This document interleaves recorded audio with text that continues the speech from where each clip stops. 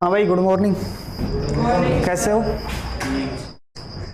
कितनी तारीख हो गई आज?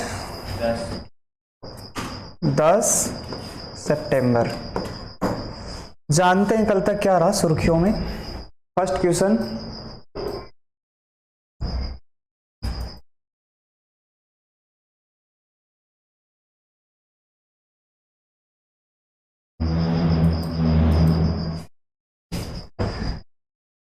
है अपना पर्यावरण को लेके। पर्यावरण संरक्षण और प्रदूषण नियंत्रण कानूनों पर व्यापक टिप्पणी पुस्तक के मुख्य लेखक कौन है?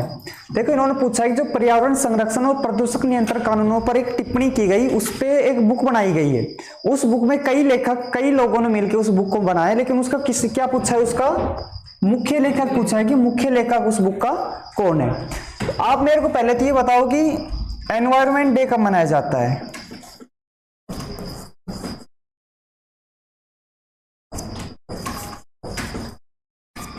पर्यावरण दिवस नहीं पता? पर्यावरण दिवस नहीं पता कब मनाया जाता है? 5 जून को। और इसका आंसर हो जाएगा आपका न्यायमूर्ति पी ज्योतिमणि। इसका आंसर क्या हो जाएगा आपका? Justice P Jyothimani.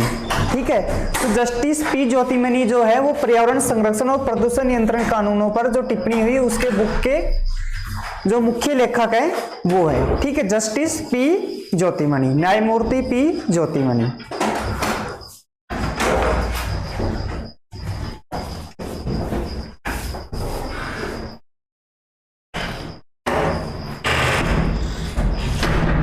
Next question अपना अपॉइंटमेंट का है। फेडरल बैंक के एमडी और सीईओ के रूप में किसे नियुक्त किया गया? श्रीश्याम श्रीनिवासन, कृष्णन वेंकट सुब्रमण्यम जी, संदीप बख्शी और रजनीश कुमार। तो जो फेडरल बैंक के एमडी और सीईओ हैं वो किसे नियुक्त किया गया? कृष्णन वेंकट सुब्रमण्यम जी, कृष्णन वेंकट सुब्रमण्यम जी, फेडरल बैंक के एमडी और सीईओ।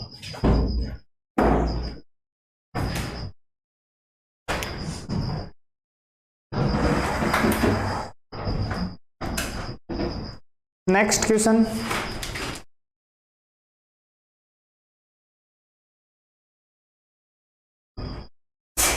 हाल ही में डीआरडीओ के महानिदेशक एरो का पदभार किसने संभाला?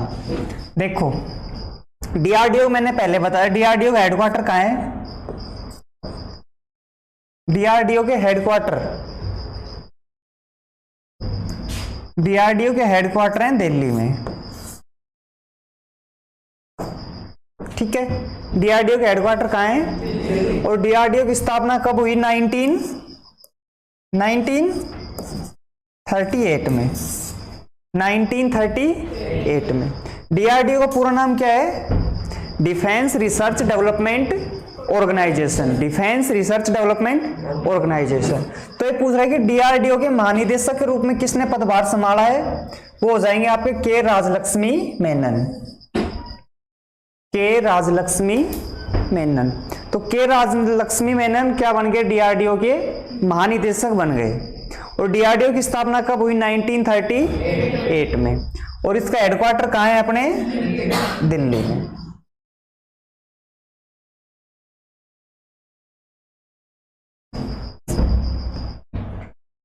भारत के बाहर आईआईटी दिल्ली के नए परिसर का उद्घाटन कहाँ किया गया?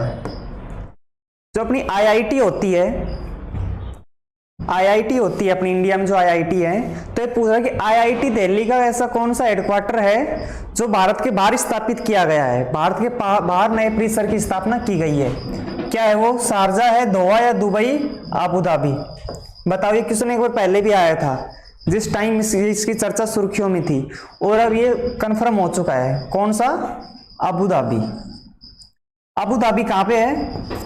अबू धाबी ये है आपकी यूएई की कैपिटल, यूएई की कैपिटल। और यूएई की करेंसी क्या है? यूएई की करेंसी है दिरहम।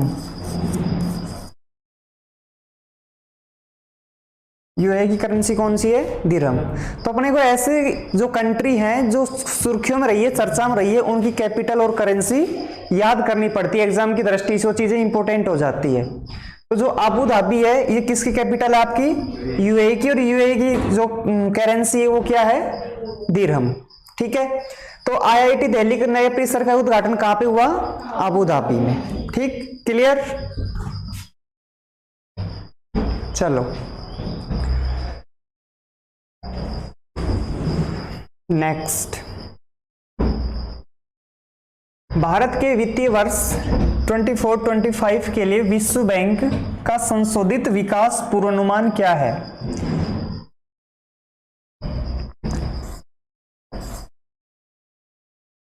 पहले तो मेरे को ये बताओ, वर्ल्ड बैंक का हेडक्वार्टर कहाँ है? वर्ल्ड बैंक के हेडक्वार्टर दिल्ली में, वर्ल्ड बैंक है ये, इसका हेडक्वार्टर है आपके वाशिंगटन डीसी।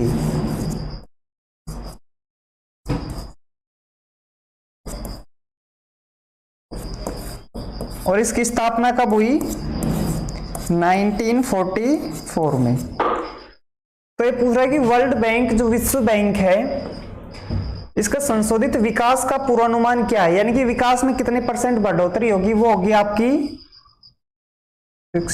6.8%। क्या होगी? 6.8%।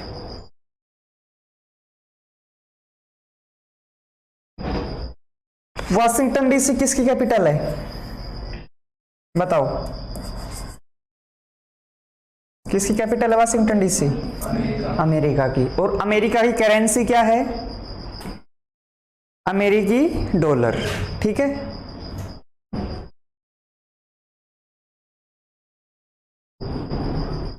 नेक्स्ट, किस स्टेट गवर्नमेंट ने वृंदावन ग्राम और गीता भवन परियोजना को मंजूरी दे दी है?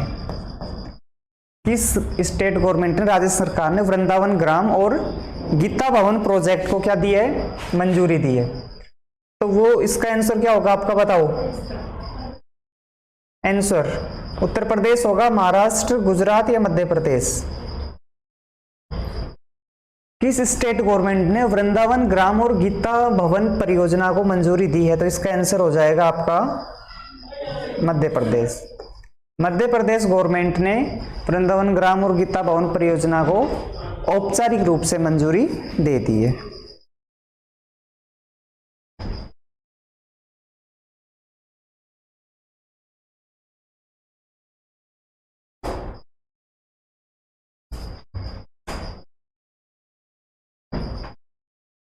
नेक्स्ट आपका क्वेश्चन एग्रीकल्चर से रिलेटेड, कृषि तकनीक स्टार्टअप और ग्रामीण उद्यमों को समर्थन देने के लिए 750 करोड़ का एग्रोश्योर फंड किसने लॉन्च किया?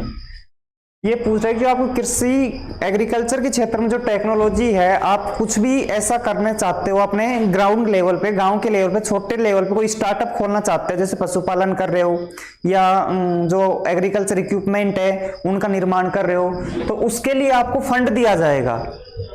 तो वो फंड किसने लॉन्च किया है? पहले ये बताओ, नरेंद्र मोदी कौन है? क्या पोस्ट है इनकी, क्या पद है भारत में? अमित शाह जी, निर्मला सीतारमन वित्त मंत्री, और शिवराज सिंह चौहान ये पहले सीएम थे ना, कहां के थे? अंबे, महाराष्ट्र। तो इसका आंसर क्या हो जाएगा? शिवराज सिंह चौहान। ठीक है, मध्य प्रदेश। तो शिवराज सिंह चौहान ने कृषि तकनीक स्टार्टअप और ग्रामीण उद्यमों को समर्थन देने के लिए 750 करोड़ का एग्रोश्योर फंड लॉन्च किया है।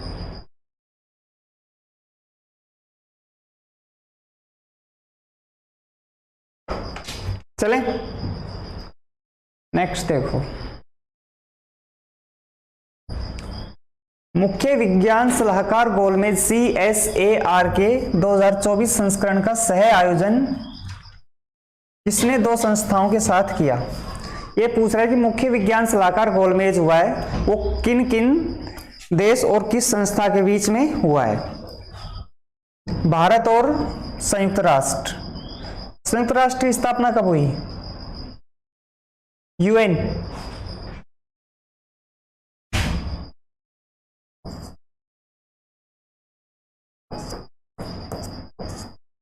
चौबीस अक्टूबर 1945। ठीक है। भारत और यूनेस्को की स्थापना कब हुई? इसकी भी 1945। भारत और WHO वर्ल्ड हेल्थ ऑर्गेनाइजेशन, इसकी स्थापना कब हुई?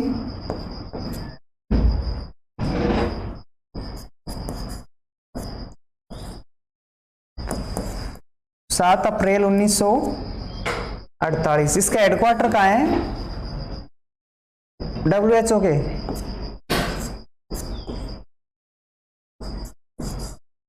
और जिनेवा कहाँ पे है? स्विट्जरलैंड। ठीक है।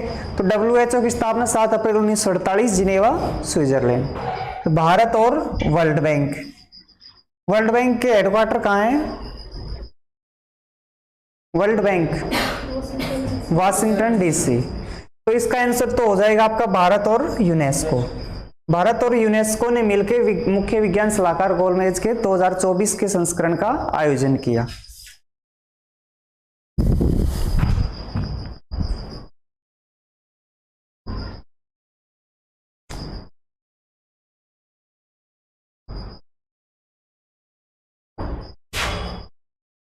नेक्स्ट, सेंट्रल गवर्नमेंट ने रिसेंटली विधि आयोग का कौन सा संस्करण गठित किया? जो फर्स्ट विधि आयोग का गठन हुआ था वो हुआ था आपके 1955 में। कब हुआ था? 1955 में फर्स्ट विधि आयोग का गठन।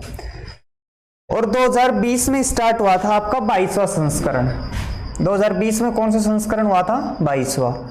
और 2024 में अब कौन सा संस्करण हुआ इसका? 23वां। ठीक है। यानी कि 22 संस्करण इसके क्या हो चुके हैं? पूरे हो चुके हैं।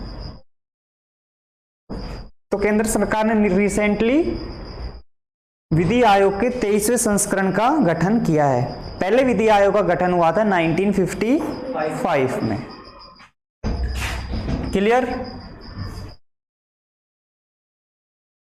नेक्स्ट, FY24 के लिए किन 3 राज्यों ने वास्तविक सकल राज्य घरेलू उत्पाद GSDP में सबसे अधिक वृद्धि दर्ज की?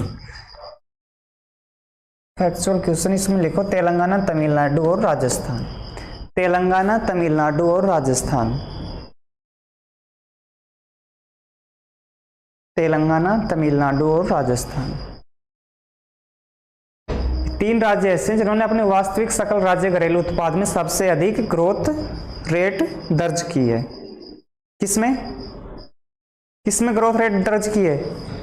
सकल राज्य घरेलू उत्पाद में, GSDP।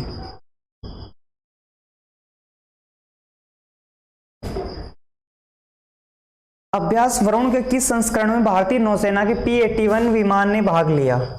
सबसे पहले तो जो वरुण एक्सरसाइज है ये कौन कौन से देश के मध्य होती है?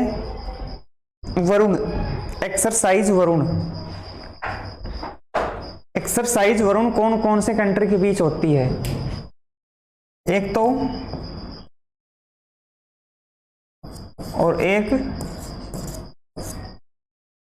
बताओ,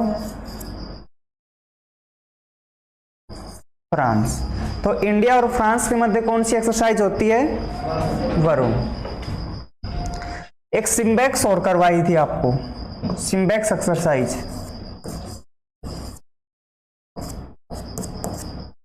ये कौन से देश के साथ होती है? सिम्बेक्स।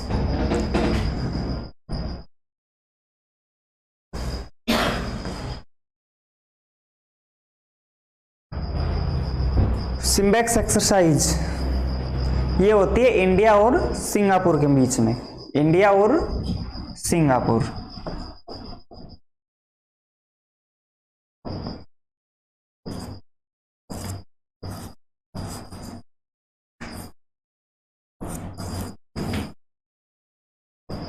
इंडिया और सिंगापुर।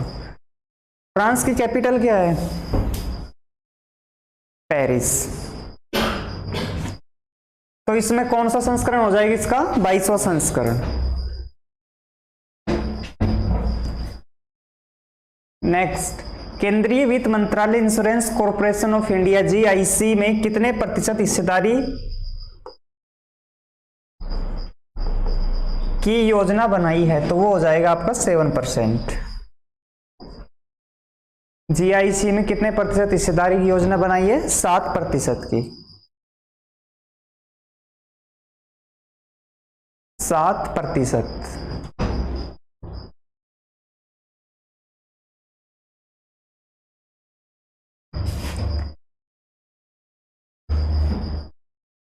सात प्रतिशत लिख लिया।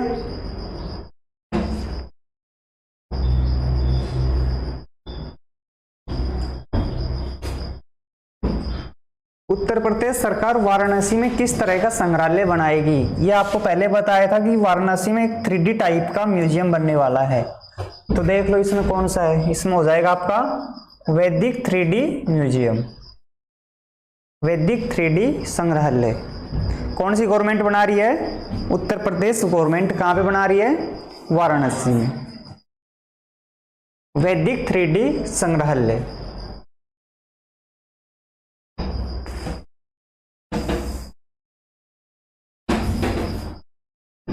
वैदिक 3D संग्रहालय उत्तर प्रदेश के वाराणसी में। Next,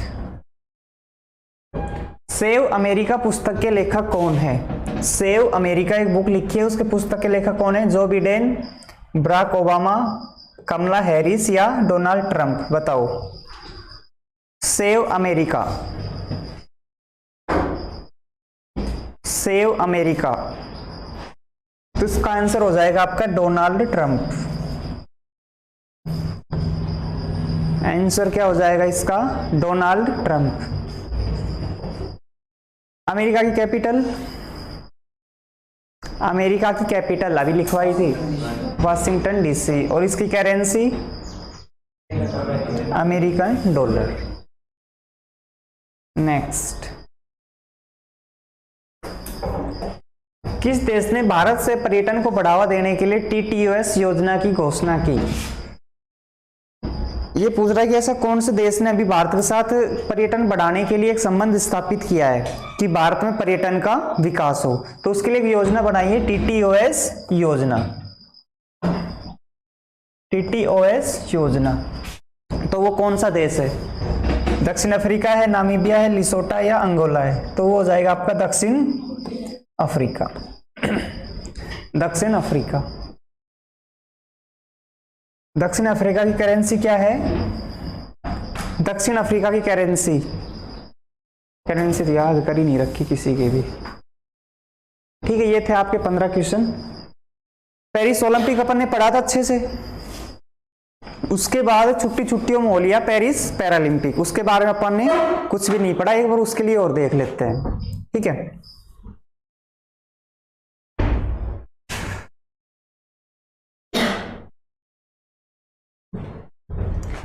Paris Paralympic 2024।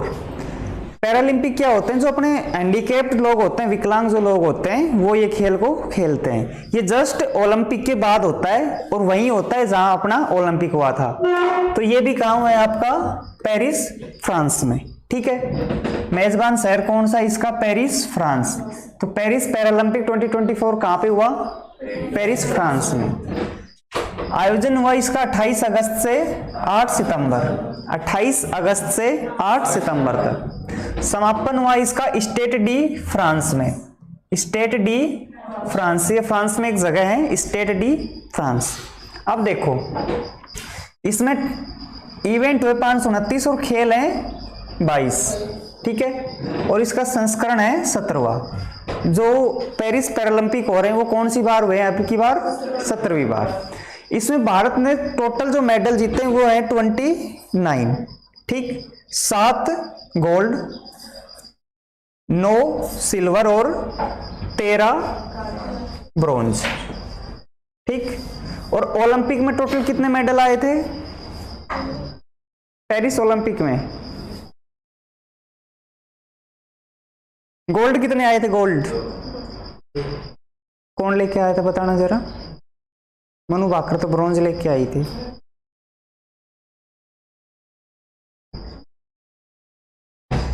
देखो ये तो छोड़ दो आप, सिल्वर और ब्रॉन्ज तो छोड़ दो क्योंकि इनकी संख्या बहुत ज्यादा है, आपको याद करनी है मात्र स्वर्ण पदक।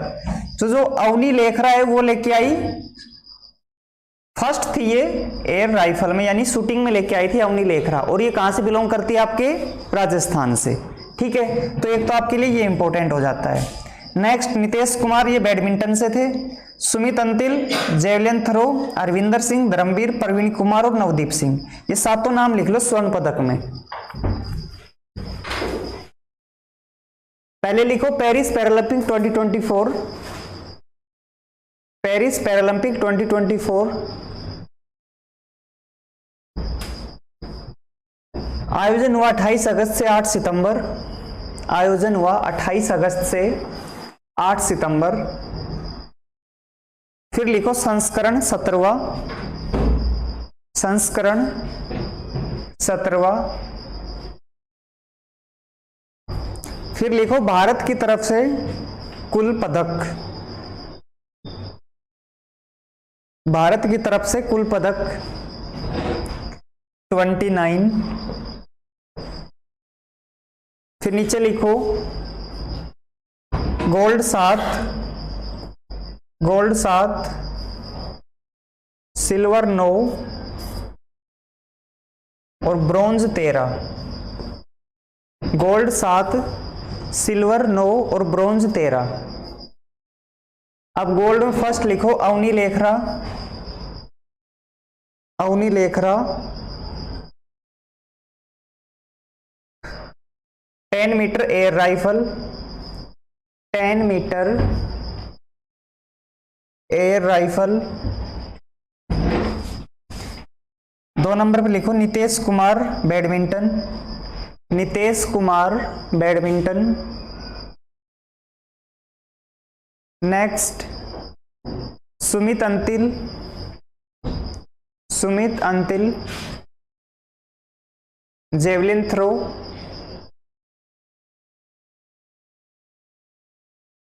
नेक्स्ट लिखो Harvinder Singh, Harvinder Singh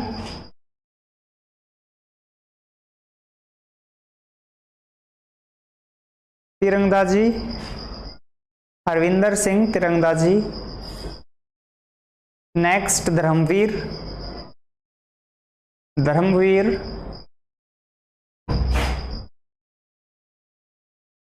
Dharmveer.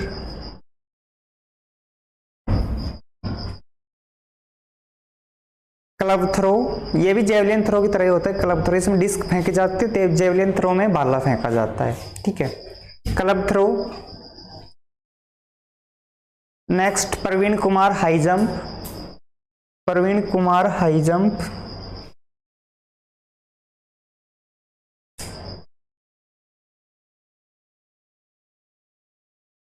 Next Navdeep Singh javelin throw, Navdeep Singh javelin throw. तो ये 7 क्या हो गए आपके, गोल्ड हो गए। ठीक है, उसके बाद 9 आए सिल्वर, मनीष नरवाल, निषाद कुमार, योगेश कथुनिया, तुलसीमती मुरुगेसन, सुहास यतिराज, अजीत सिंह, शरद कुमार, सचिन खिलाड़ी और प्रणव शर्मा। उसके बाद 13 है आपके ब्रॉन्ज, मोना अग्रवाल, प्रीतिपाल, रवीना फ्रांसिस, फिर प्रीतिपाल, मनीषा रामदास, राकेश शीतल, नित्या श्रीनिवास, दीप्ति जीवनजी, सुंदर सिंह गुर्जर। उसके बाद मरियप्पन, यांगवेलू, कपिल परमार, होकालो सेमा और सिमरन शर्मा। ये 13 आपके आए ब्रॉन्ज। इस देखो उसके बाद आती है टेबल। एक तो अपने को सबसे स्टार्ट वाला याद रखना कि 1 नंबर पे कौन सा देश रहा, वो रहा आपका चीन, इसने 220 पदक जीते टोटल। उसके बाद अपना भारत कौन से नंबर पे है, 18वें नंबर पे। कितने पदक जीते, 29। ठीक है, 29 में से 7 गोल्ड, 9 सिल्वर और 13 ब्रॉन्ज। पेरिस पैरालंपिक का 17वां संस्करण था, 28 अगस्त से 8 सितंबर के बीच हुए हैं ये। इंडिया की तरफ से ध्वजवाहक थे सुमित अंतिल और भाग्यश्री जाधव, और समापन किया हरविंदर सिंह और प्रीति पाल ने। ठीक है, ये था आपका पेरिस पैरालंपिक 2024। ये 28 में फिर होगा, कहां पे होगा, लॉस एंजलिस यूएसए में। इसका शुभंकर होता है ओलंपिक फ्रीज। कोई भी जैसे गेम्स करवाए जाते हैं उनका एक शुभंकर रखा जाता है, तो इसका जो शुभंकर रखा है वो है ओलंपिक फ्रीज। ठीक है, तो ये था आपका पेरिस पैरालंपिक 2024।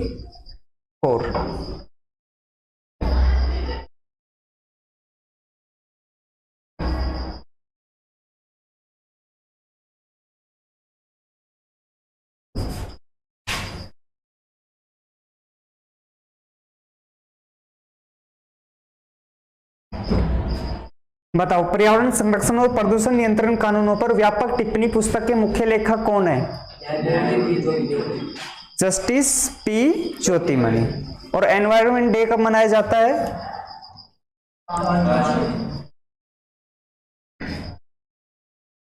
5 जून। आंसर क्या हो जाएगा आपका? न्यायमूर्ति पी ज्योतिमणि। ठीक है, नेक्स्ट, फेडरल बैंक के एमडी और सीईओ के रूप में किसे नियुक्त किया गया? कृष्णन वेंकट सुब्रमण्यम जी। हाल ही में डीआरडीओ की महानिदेशक का पदभार किसने संभाला? के राजलक्ष्मी मेनन। और डीआरडीओ का हेडक्वार्टर कहां पे है? भारत के बाहर आईआईटी दिल्ली के नए परिसर का उद्घाटन कहां किया गया? अबू धाबी कौन से देश की कैपिटल है? भारत के वित्तीय वर्ष 2024 के लिए विश्व बैंक का संशोधित विकास पूर्वानुमान क्या है? 6.8%। किस राज्य सरकार ने वृंदावन ग्राम और सीता भवानी परियोजना को मंजूरी दे दी है? मध्य प्रदेश गवर्नमेंट। कृषि तकनीक स्टार्टअप और ग्रामीण उद्यमों को समर्थन देने के लिए 750 करोड़ का एग्रोश्योर फंड किसने लॉन्च किया? शिवराज सिंह चौहान। मुख्य विज्ञान सलाहकार गोलमेज सीएसआर के 2024 संस्करण का सह आयोजन किसने 2 संस्थाओं के साथ किया? भारत और यूनेस्को। यूनेस्को की स्थापना कब हुई? 1945 में। 1945 में। केंद्र सरकार ने हाल ही में विधि आयोग का कौन सा संस्करण गठित किया? कितने कंप्लीट हो चुके? फर्स्ट विधि आयोग का गठन कब किया गया था? 1955 में। नेक्स्ट देखो, FY24 के लिए किन 3 राज्यों ने वास्तविक सकल राज्य घरेलू उत्पाद में सबसे अधिक वृद्धि दर्ज की? तेलंगाना, तमिलनाडु और राजस्थान। नेक्स्ट, अभ्यास वरुण के किस संस्करण में भारतीय नौसेना के P-81 विमान ने भाग लिया? 22वें संस्करण में। केंद्रीय वित्त मंत्रालय इंश्योरेंस कॉर्पोरेशन ऑफ इंडिया में कितने प्रतिशत हिस्सेदारी की योजना बनाई? 7% हिस्सेदारी की। उत्तर प्रदेश सरकार ने वाराणसी में किस तरह का म्यूजियम बनाएगी? वैदिक 3D संग्रहालय, वैदिक 3D म्यूजियम। सेव अमेरिका पुस्तक के लेखक कौन है? Donald Trump. किस देश ने भारत से पर्यटन को बढ़ावा देने के लिए TTOS योजना की घोषणा की? दक्षिण अफ्रीका। ठीक है, ये था आपका आज का सेशन। अब आपकी क्लास रेगुलर होगी। ठीक है।